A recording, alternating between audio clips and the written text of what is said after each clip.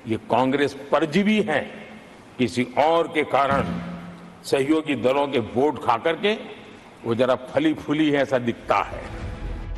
देश के प्रधानमंत्री ने एक नहीं बल्कि दो बार पहली मर्तबा लोकसभा में और आज राज्यसभा में भी कांग्रेस पार्टी पर बड़ा हमला करते हुए उसे परजीवी कह दिया। अभी जो आपने मोदी का कांग्रेस के लिए वक्तव्य सुना वो राज्यसभा में दिया गया था, जबकि एक दिन पहले यानी कल लोकसभा में भी मोदी ने कांग्रेस को परजीवी कहा था। 2024 से जो कांग्रेस है वो परजीवी कांग्रेस है,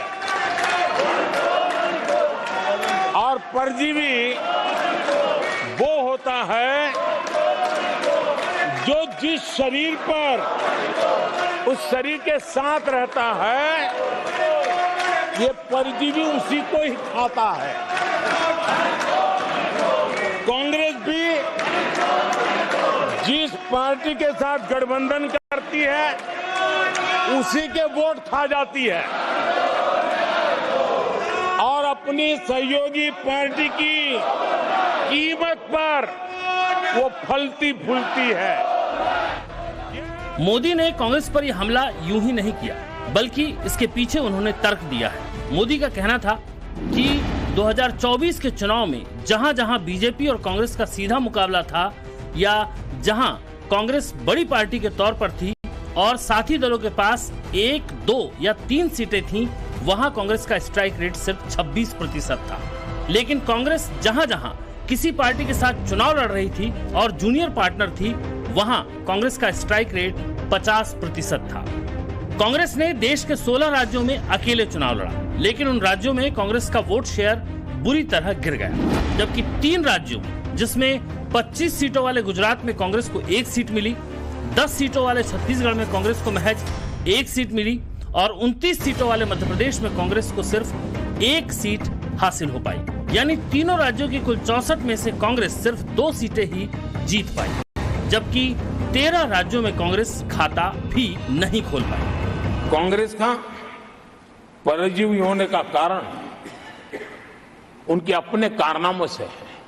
वो देश की जनता का विश्वास नहीं लेता है, वो जोड़ तोड़ करके बचने का रास्ता खोज रहे हैं। जनता जनार्दन का विश्वास जीतने के लिए इनके पास कुछ नहीं है, इसलिए फेक नैरेटिव के द्वारा,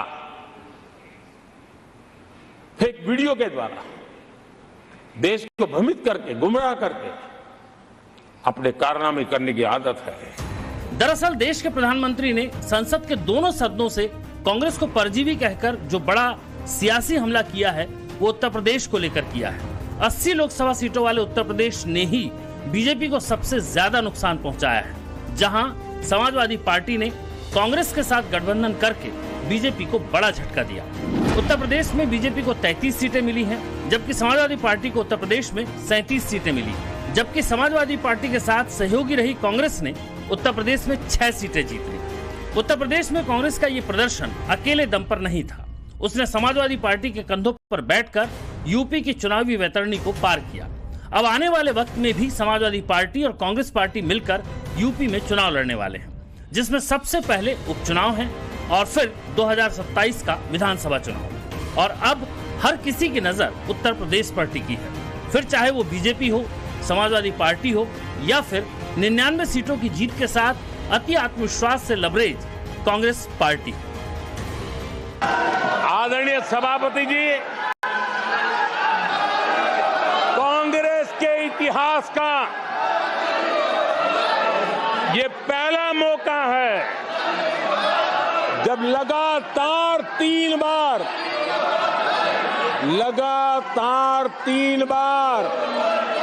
कांग्रेस 100 का आंकड़ा पार नहीं कर पाई है। कांग्रेस के इतिहास में ये तीसरी सबसे बड़ी हार है, तीसरा सबसे खराब प्रदर्शन है। ये बात सच है। अगर बीते 20 सालों में हुए 5 लोकसभा चुनाव में कांग्रेस के नतीजों के ग्राफ को देखें तो कांग्रेस कमजोर ही हुई है।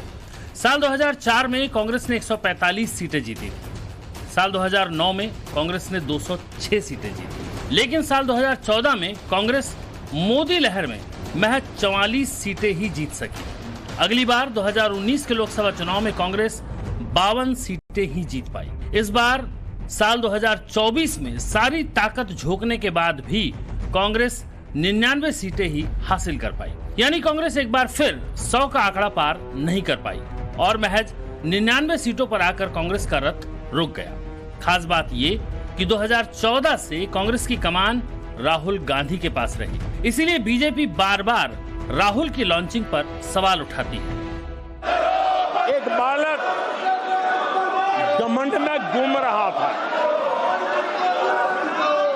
और देश सबको दिखाता था, देखो कितने ज्यादा मार्क्स आए हैं।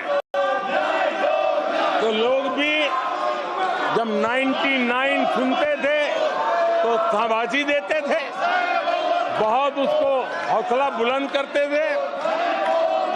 तो फिर उनके टीचर आए कि भाई किस बात की मिठाई बांट रहे हो, ये 100 में से 99 नहीं लाया, ये तो 543 में से लाया है।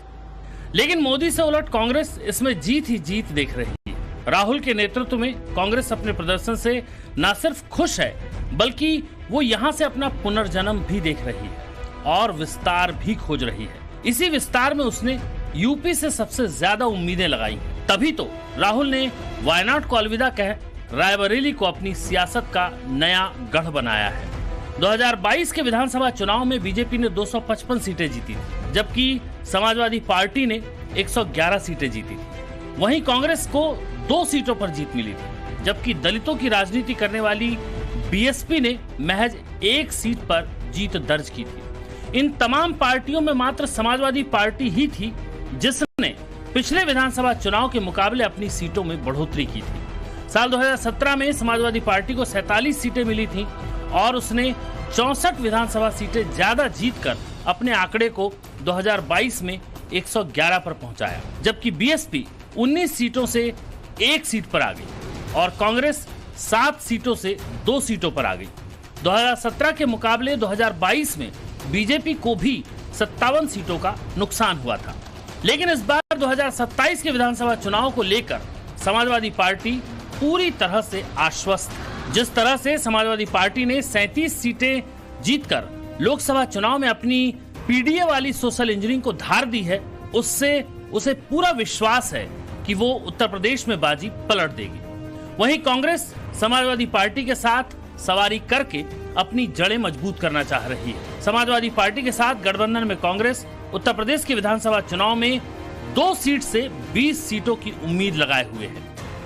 कि इस चुनाव में कांग्रेस पूरी तरह परजीवी बन चुकी और अपने सहयोगी दलों के कंधे पर उन्होंने चढ़ करके ये सीटों का आंकड़ा बढ़ाया है। अगर कांग्रेस ने अपने सहयोगियों के जो वोट खाए हैं वो अगर न खाए होते तो लोकसभा में उनके लिए इतनी सीटें जीत पाना भी बहुत मुश्किल था। मोदी ने कांग्रेस को परजीवी बताकर तमाम विरोधी दलों के साथ साथ अखिलेश को भी आगाह कर दिया है। मोदी की इस रणनीति को अखिलेश कैसे लेते हैं और कांग्रेस को उत्तर प्रदेश में अपने साथ कितनी देर और कितनी दूरी तक लेकर चलते हैं, ये देखने वाली बात होगी, क्योंकि ये तो तय है कि अखिलेश कतई नहीं चाहेंगे कि उत्तर प्रदेश में कांग्रेस के तौर पर तीसरी शक्ति आकार ले, जो आने वाले वक्त में खुद समाजवादी पार्टी के लिए ही खतरा बन जाए। For more of such videos, do like, share and subscribe to ET Now Swadesh.